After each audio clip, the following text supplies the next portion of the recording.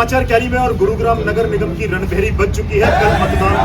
कल नामांकन का अंतिम दिन है और 2 मार्च को वोटिंग होनी है। इस समय मैं मौजूद हूं वार्ड नंबर 10 में और मेरे साथ यहां से प्रत्याशी हैं अजीत सिंह यादव जी, बबलू सरपंच के नाम से जाने जाते हैं। इन पर भारतीय जनता पार्टी ने अपना भरोसा जताया है, कमल का फूल दे करके इनको वार्ड में भेजा है। तो आइए जान लेते हैं अजीत सिंह यादव जी से। अजीत सिंह जी, सबसे पहले तो आपका बहुत बहुत स्वागत है। नमस्कार भाई साहब जी, आपका भी बहुत बहुत स्वागत है जो आप मेरे कार्यालय आए हो। जी नमस्कार, धन्यवाद। अच्छा, भारतीय जनता पार्टी ने आप पर भरोसा जताया है, तो क्या प्रतिक्रिया है, क्या कहना चाहेंगे?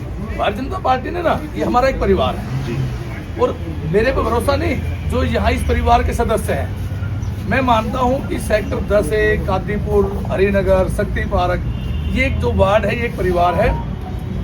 और सुनते तो आए बहुत दिन से। मैं प्रत्याशी अपने आप को समझ रहा हूँ कि 36 बिरादरी का जो प्रत्याशी होता है वो अजीत सिंह यादव होता है। चलिए, वार्ड को लेकर के क्या योजनाएं हैं, किन सपनों और किन इरादों के साथ आप चुनाव मैदान में आपने ताल ठोकी है? देखिए, ताल तो मैंने पिछले साल भी ठोकी थी जी, लेकिन किसी कारणवश मेरे को टिकट नहीं मिली और मैं पार्टी का सच्चा सिपाही था, सच्चा सिपाही हूँ और सच्चा सिपाही रहूंगा। इसी के नाते मैंने चुनाव ड्रॉप कर दिया था।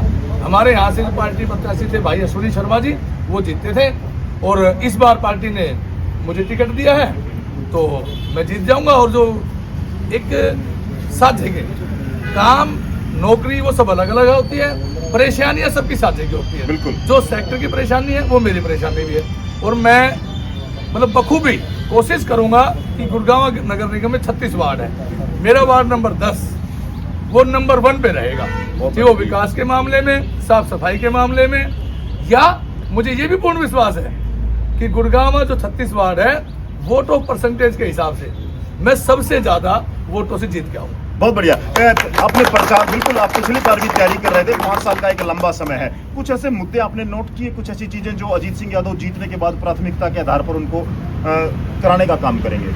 मेरे दिल में एक चीज है, क्या?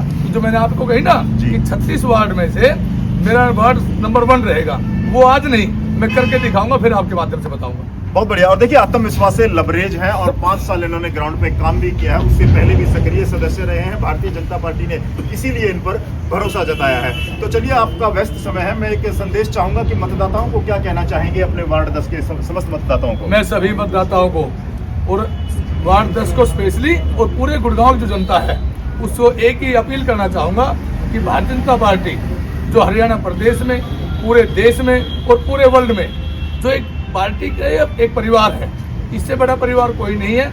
इस पे आप अपना विश्वास जताओ, विश्वास है जनता को, रखेगी और 36 के 36 पार्षद हम बीजेपी की जीत के आएंगे। चलिए, एक छोटा सा सवाल और है। गुड़गांव जो है वो दिल्ली के बिल्कुल साथ लगता प्रदेश है, गुड़गांव और दिल्ली। दिल्ली में हाल ही में विधानसभा चुनाव हुए, वहां पर भारतीय जनता पार्टी की सरकार बनी है, कितना असर देखते हैं आप निकाय चुनाव पर? देखिए, जितना असर हरियाणा प्रदेश में तीसरी बार सरकार बनी वो दिल्ली में दिखाई दिया, अब दिल्ली में सरकार बनी है, वो असर और बढ़ जाएगा।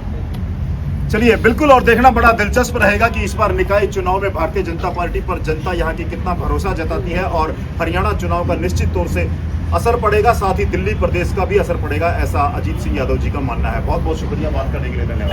Thank you.